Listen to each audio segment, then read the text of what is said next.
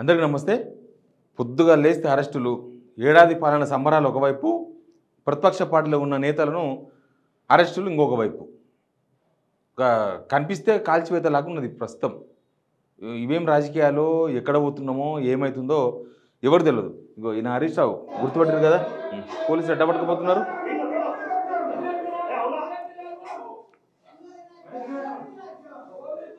గుంజుకపోతున్నారు రెండు సంఖ్యల చేతులు పెట్టి. ఇంకా మరి తప్పించుకొని పోతాడేమో, దొరకడేమో, ఎట్లనో ఏమో. ఇప్పుడు మొత్తం రాష్ట్రం అంతా అల్లకొలాలం అవుతుంది దీనివల్ల అని ఈయన తీసుకుపోతున్నారు అనమాట. పొద్దుగాలిస్తే మళ్ళీ నిన్న రోషయ్య పాపం అది సభలో పాల్గొని ప్రతిపక్షం ప్రశ్నించాలి, ప్రభుత్వంలో ఉన్నప్పుడు పరిష్కరించాలని చెప్పి నీతులు మాట్లాడాడు. పొద్దుగాల లేచి ముఖ్యమంత్రి రేవంత్ రెడ్డి గారు. తీరా చూస్తే జరిగింది ఏంటంటే ఇవే నీతులు చెప్పనికినే తప్ప మా సార్ రూల్స్ పెడతాడు కానీ పాటించాడన్నట్టే ఉన్నది.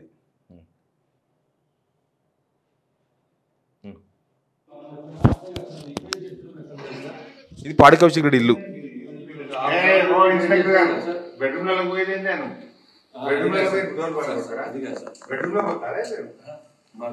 నోటీస్ చేయండి, పోలీస్ స్టేషన్కి వస్తామని. ఆయన పోయి బెడ్రూమ్ల కాడ ఎందుకు ఈ బెడ్రూమ్లకు దొరుకుతారని అని హరీష్ రావు అడిగిండు. అంతకన్నా ముందు, అరెస్ట్ కన్నా ముందు ఈయన షంబీపూర్ రాజు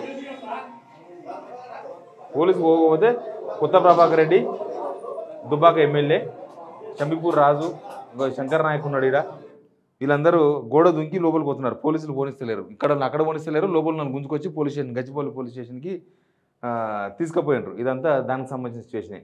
అసలు ఏంది, ఏమైంది?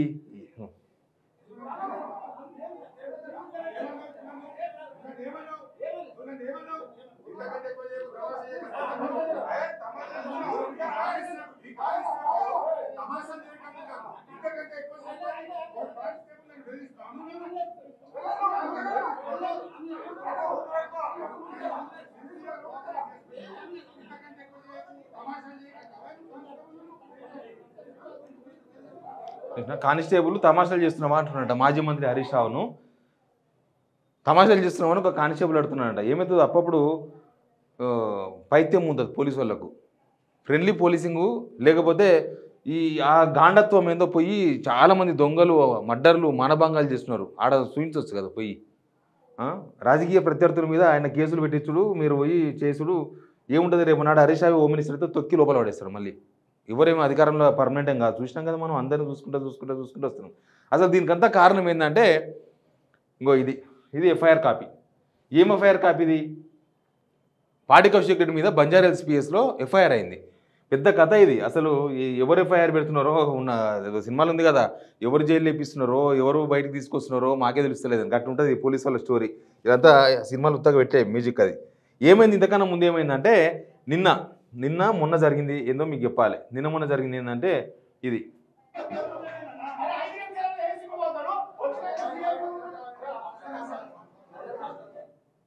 వీళ్ళు బంజారాహిల్స్ పిఎస్ పోయినరు. ఎవరు? పాడి కౌశిక్ రెడ్డి, ఎర్రల శ్రీనివాసు, ఇంకా కొంతమంది అందరు కలిసి బంజారాహిల్స్ పిఎస్ పోతే పోలీసు వాళ్ళు పారిపోతున్నారు. వీళ్ళు కంప్లైంట్ ఇస్తే తీసుకోవాల్సి వస్తుందేమో అని పారిపోతున్నారు. ఏసీపీ 5 నిమిషాల ముందు పోయినట్ట, సిఐ వీళ్ళు ఓంగానే పారిపోతున్నాడు. ఎందుకంటే వీళ్ళు కంప్లైంట్ ఇచ్చేది ఎవరి మీద? సీఎం రేవంత్ రెడ్డి పైన, శివధర్ రెడ్డి మీద, ఇంటెలిజెన్స్ చీఫ్. ఏంది అంటే పాడి కౌశిక్ రెడ్డి నా ఫోన్ ట్యాప్ చేస్తున్నారు. ఎవరో కాదు, నాకు అనుమానం వీళ్ళ మీద ఉన్నది. ముఖ్యమంత్రి ప్లస్ ఆ శివధర్ రెడ్డి ఇంటెలిజెన్స్ చీఫ్ వీళ్ళు నా ఫోన్ ట్యాప్ చేస్తున్నారు, నాకు అనుమానం ఉంది అని కంప్లైంట్ ఎందుకు పోయినరు. వీళ్ళు కంప్లైంట్ తీసుకోనికి భయపడి ఏసీపీ ఉరుకుతున్నాడు, సిఐ ఉరుకుతున్నాడు. ఏమైంది పోలీసులకు నాకు అర్థం కాలే. మీరు మీ ఒంటి మీద కాకి డ్రెస్ ఉంది, మర్చిపోతుర్రా మీరు? కాకిరాజు తీసేస్తే మీరు మామూలు మనుషులే, మీరు కూడా భయపడాల్సిందే. కానీ ఈ రాజకీయాలకు ఒకవైపు తలొగ్గిపోయి ఇంకోరు వస్తే కనీసం కంప్లైంట్ తీసుకొని కూడా భయపడితే ఇక రేపు నాడు ఈ రాజ్యానికి ఎగనిస్ట్ ఎవరు మాట్లాడరు, ఎవరు ఏం చేయొద్దు, ఎవరేం చేసినా చూసుకుంటూ ఉండాలి. ఎవరో ఒక ఎమ్మెల్యేనో వాళ్ళ అనుచోడ వచ్చి బెదిరించి ఇంట్లో జొర్రబడితే కూడా మీరు కంప్లైంట్ తీసుకోరు పోలీసు వాళ్ళు. ఇదేనో ఆదిలాబాద్లో అడవిలో ఎక్కడనో తెలియని ప్లేస్లో కదా, బంజారాహిల్స్నే కదా, ఈయనే కదా అయింది. ఎవరు అధికారం ఉంటే వాళ్ళకి సలాం కొట్టుడు, వాళ్ళకి గులాంగిరి చేయడు పోలీసులకు బాగా అలవాటు అయిపోయింది. అంతకుముందు అట్లే చేస్తారు, ఇప్పుడు అట్లే చేస్తున్నారు. అంతకుముందు కన్నా ఎక్కువ చేస్తున్నారు. ఇప్పుడు ఇంకా అదేందో అర్థం కాలేదు. వీళ్ళకి ఏమైనా సూదులు ఇచ్చిర్రా? 3 రంగుల జెండా బట్టి ఏమైనా సూదులు ఇచ్చిర్రా పోలీసు వాళ్ళకు? ఇక ఏమైంది, పంజాగుట్ట పిఎస్లో హరీష్ రావు మీద చక్రాధర్ గౌడ్ అనేదైనా కేసు పెట్టింది. చక్రాధర్ గౌడ్ అనేదైనా ఆయన హరీష్ రావు లెవెల్కు చక్రధర్ గౌడ్ అనేది సరిపోడు అంటే ప్రత్యర్థి కూడా కాదు, ప్రత్యర్థి అని కూడా చెప్పలేం. ఆయన ఏదో సిద్దిపేట మీద ఆశ పెట్టుకొని సిద్దిపేటలో పోటీ చేయాలని ప్రయత్నం చేస్తుంటాడు. ఆయన మీద ఏదో రకరకాల కేసులు అనేవి లాస్ట్ గవర్నమెంట్లో, అవి ఒరిజినల్ కేసులా డూప్లికేట్ కేసులా అవన్నీ కోర్టులో తేలితాయి, తర్వాత విషయం అది. ఆడ ఎవరో మహిళలు వేధించారని వాళ్ళు కేసులు పెట్టిండ్రు. చక్రధర్ గౌడ్ మీద రకరకాల కిరికీలు అయినాయి.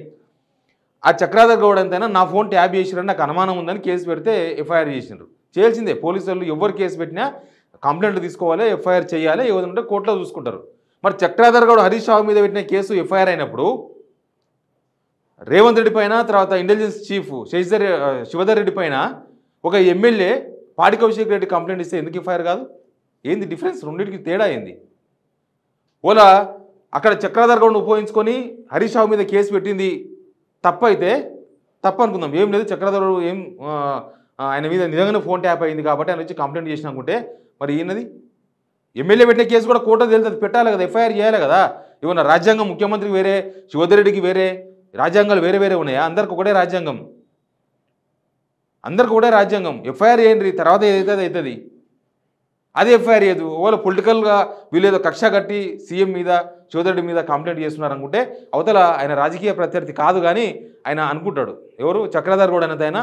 హరీష్ రావు 6 అడుగుల ఫీట్ ఉంటే చక్రధర్ గౌడ్ 3 అడుగుల ఫీట్ ఉంటాడు. కాబట్టి రాజకీయంగా కూడా అంతే, నాట్ ఓన్లీ ఫిజికల్, రాజకీయంగా కూడా హరీష్ రావు టాల్.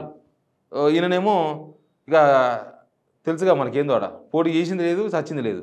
కానీ నేనే హరీష్ రావుకి ప్రత్యర్థిని అనుకుంటుంటారు కొంతమంది, చాలామంది అనుకోవచ్చు. రేవంత్ రెడ్డికి ప్రత్యర్థి అనుకుంటలేడు. రేవంత్ రెడ్డి సీఎం కేసీఆర్కు, మాజీ ముఖ్యమంత్రి కేసీఆర్కు నేనే ప్రత్యర్థిని అని రేవంత్ రెడ్డి అనుకుంటాడు. కానీ ఆయన వేరు ఈయన వేరు అన్న సంగతి అందరికీ తెలుసు కదా. రెండు వేరు వేరే ఉంటాయి. కానీ అట్లా అంటే ఆయన ముఖ్యమంత్రి అంటే నేను ముఖ్యమంత్రి అయినా కాబట్టి సేమ్ లెవెల్ అనుకోవచ్చు.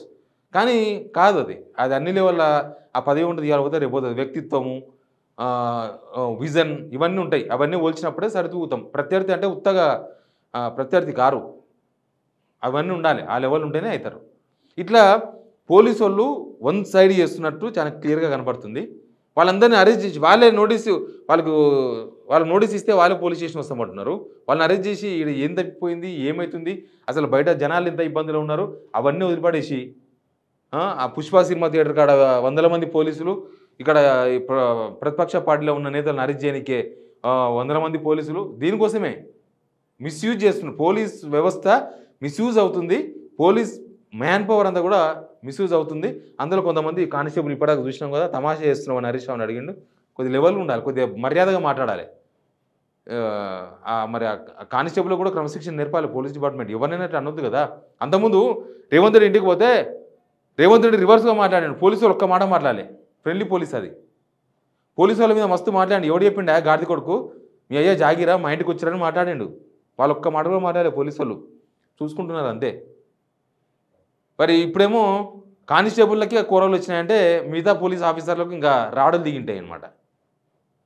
ప్రత్యర్థి పార్టీ ప్రశ్నించని వాళ్ళు కేసు పెట్టారు, కేసు కావాలి. ఇదంతా కూడా పొలిటికల్, మొత్తం పొలిటికల్. పొద్దుగాలు లేస్తే రేవంత్ రెడ్డి పొద్దుగాలు లేస్తే పొలిటికలే, పొద్దుగాలు లేచి పోయేది పొలిటికలే, తినేది పొలిటికలే, మాట్లాడేది పొలిటికలే, పాలన లేదు, పంగనం లేదు, మొత్తం నాశనం చేసి పడేశారు.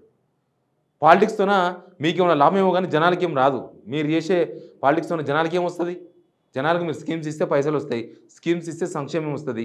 ఇంకేమైనా కొత్త పథకం తీసుకొస్తే ఏమైనా బాగుపడవచ్చు ఒకరో ఇద్దరు, అది కావాలి. కానీ మీరు పొద్దుగాలేసి ఈ తొండి పాలిటిక్స్ చేయడంతో జనాలకు వచ్చేది ఏమి ఉండదు, జనాలకు జీరో.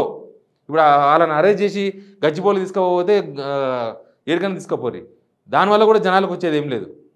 జనాలకి ఏమైనా వస్తుందా? ఉత్త టైంపాస్ పాలిటిక్స్ చేస్తున్నారు రాష్ట్రంలో. పోలీసు వాళ్ళు దీనిలో పావులుగా కనిపిస్తున్నారు. Please subscribe signal TV.